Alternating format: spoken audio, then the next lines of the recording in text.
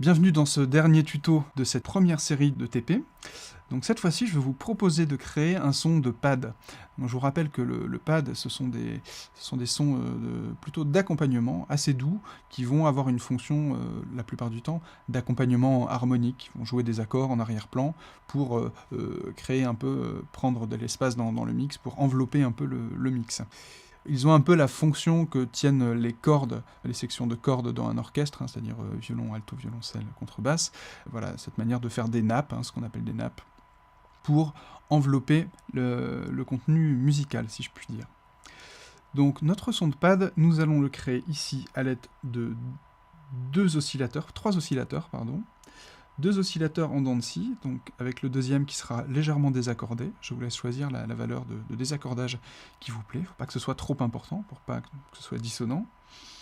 Et l'oscillateur 3, lui, va jouer une onde sinusoïdale 2 octaves en dessous des oscillateurs 1 et 2, voilà, afin de créer un peu plus de chaleur. L'enveloppe d'amplitude, on aura une attaque lente et un relâchement lent, qui sont le propre des pads en général. Hein. Ça doit vraiment arriver progressivement, comme un crescendo de cordes. Au niveau du filtre, vous prendrez un filtre passe-bas avec une pente assez douce, et de manière à avoir un spectre qui soit dans le médium grave, voilà, qui ne prenne pas la place du lead. Il faut vraiment penser les différents sons en termes de complémentarité spectrale. Donc là, vous restez quelque chose qui est assez muted, hein, comme disent les Anglais, un peu étouffé. Alors, au niveau des enveloppes, on va avoir une enveloppe sur le cutoff du filtre, que maintenant vous commencez à avoir l'habitude, et qui va suivre à peu près l'enveloppe d'amplitude. Rappelez-vous que vous pouviez faire des copier-coller entre différentes enveloppes.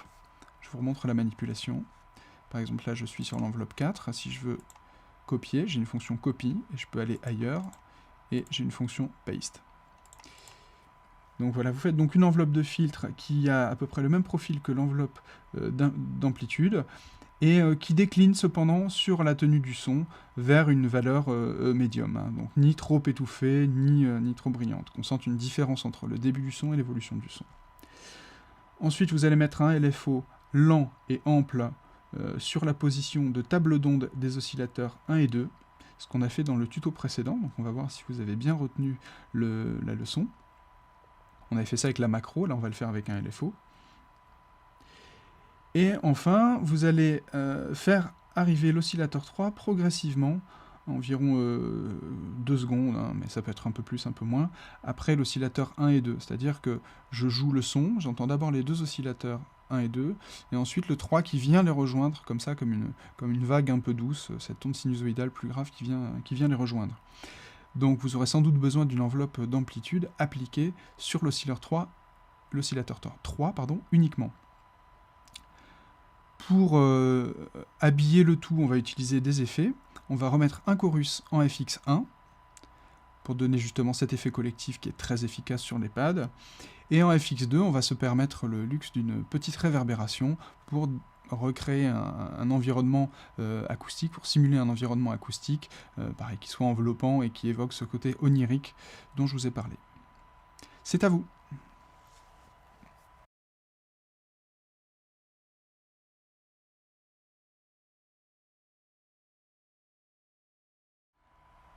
Alors, allons-y pour cette correction de notre son de pad. Mon oscillateur 1, je dois donc avoir une onde en dents de scie, ce qui est le cas pour le moment. J'ai Square Saw qui est sélectionné avec, je suis en position à droite maximale, donc c'est bien mon onde en dents de scie que vous devez reconnaître maintenant à l'oreille. Je vais activer l'oscillateur 2, j'ai la même forme d'onde, donc là je ne change rien. Par contre, je vais le désaccorder un petit peu.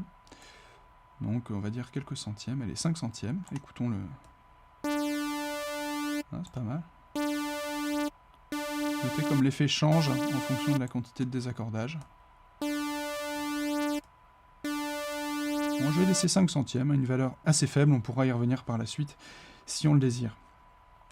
Et je vais activer mon oscillateur 3 pour aller chercher une onde sinusoïdale qui se trouve ici, sin, hein, pour sinus. Et par contre là, il va falloir que je la mette complètement à gauche, sinon j'aurai une onde carrée. Hein, vous avez bien retenu maintenant que à gauche, j'ai le nom de la forme d'onde qui est ici, à droite, j'ai l'autre. Bien. Je dois donc la désaccorder, comme j'avais dit 2 octaves, soit 24 demi-tons.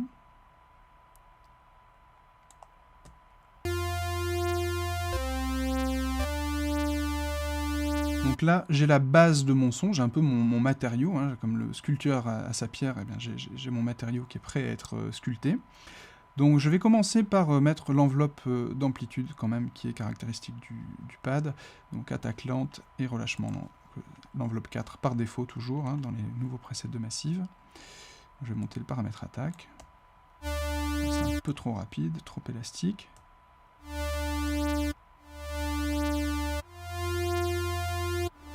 Voilà, pour le moment c'est pas mal, on va rester sur une valeur comme ça. Je vais baisser un peu le niveau de maintien pour qu'on ait un adoucissement progressif avec un decay assez long. Voilà, ça crée une évolution au cours du temps qui est sympa. Il manque plus que monter la valeur de release pour que quand je relâche la note, le son se prolonge un petit peu. Un peu plus long peut-être. C'est un peu trop. Ok, mon enveloppe d'amplitude, on va la laisser comme ça pour le moment. Maintenant, on va vouloir faire monter le cutoff du filtre à peu près en même temps que l'enveloppe d'amplitude. Donc, comme je vous ai dit, on va copier déjà cette enveloppe. On va aller la coller ici dans l'enveloppe 1. Cette enveloppe 1, je vais aller la mettre sur mon filtre. Ah, mais je n'ai toujours pas sélectionné mon filtre. Alors, on va d'abord le sélectionner. On a dit un filtre passe-bas. Je vais prendre un 2 pôles qui a une pente qui est assez douce. Comme là, je ne recherche pas un effet très radical. Je vais mettre même une résonance sans doute plus faible. Je ne cherche vraiment pas du tout cet effet de mordant. Écoutons ce que ça donne. Ah, déjà pas mal. Bon, par contre, vous notez bien que mon enveloppe n'est pas active sur le cutoff du filtre. Il faut pour ça que je monte ici ce paramètre. Je ne vais pas prendre trop d'amplitude pour le moment. Un poil plus. Là, c'est trop, par exemple. Je ne veux pas avoir cet effet où on passe vraiment devant. Je vais allonger un petit peu le temps d'attaque. Baisser peut-être le maintien et avoir un decay lent. Comme ça, progressivement, on va perdre des harmoniques aiguës.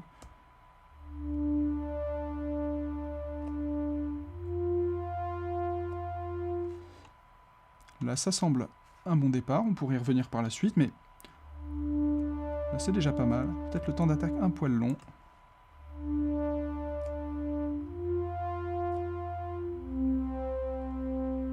Laissons comme ça pour le moment.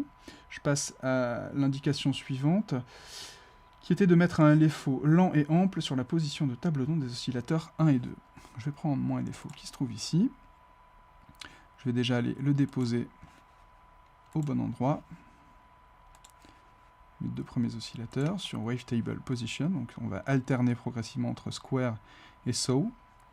Il faut que je les active. Comme là je suis au maximum, je vais tirer vers le bas. De toute façon, le LFO va alterner à montée-descente, donc c'est finalement pas très grave que ce soit l'un ou l'autre. Et alors là, je vais écouter déjà ce qui se passe. Alors déjà, la variation est trop rapide. Je vais baisser le rate. Remarquez qu'il y a des petits à-coups dans la variation, c'est parce qu'en fait, par défaut, Massive fait un morphing entre 2 formes de LFO que l'on peut régler à l'aide de ce bouton Crossfade Curve. Je vous en avais déjà parlé tout à l'heure. Nous, on va pour le moment juste garder l'onde sinusoïdale, donc on va mettre ce paramètre-là vers le haut. Voilà, là on a une variation légère, assez lente au cours du temps, qui fonctionne pas mal.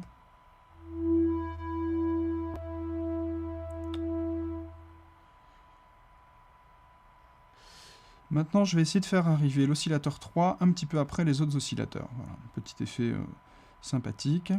Je vais prendre, pas la première enveloppe parce qu'elle est déjà prise pour le cutoff du fil, je vais prendre l'enveloppe 2. Je vais la glisser ici sur le paramètre amp pour amplification.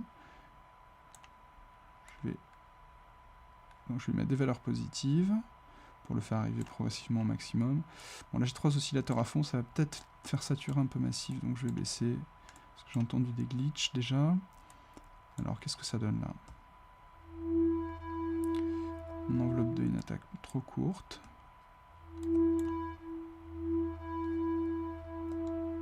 Je vais augmenter un petit peu l'effet, plus partir du silence.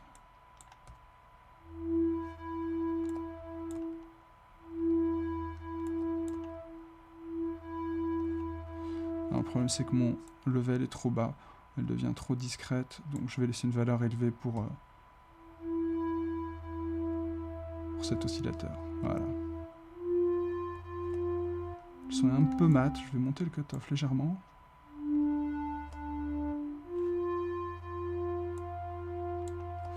Très bien, alors, continuons. On va ajouter maintenant des effets pour donner un peu plus de matière à notre son. Un chorus qui va nous faire un effet justement collectif. Encore une fois, on ne va pas forcer sur les réglages, là c'est too much. Donc on va baisser la profondeur d'effet, c'est la variation de hauteur des signaux dupliqués, j'y reviendrai dans les prochains tutos. Avec une variation qui soit plus lente.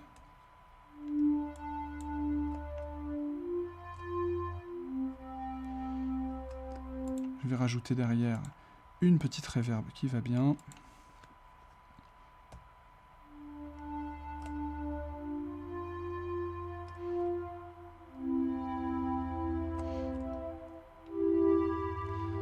Mon enveloppe d'amplification est peut-être un temps d'attaque un peu trop long pour être joué avec d'autres instruments.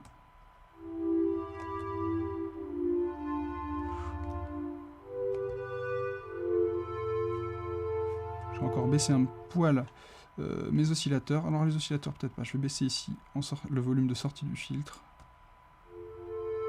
pour pas les saturer.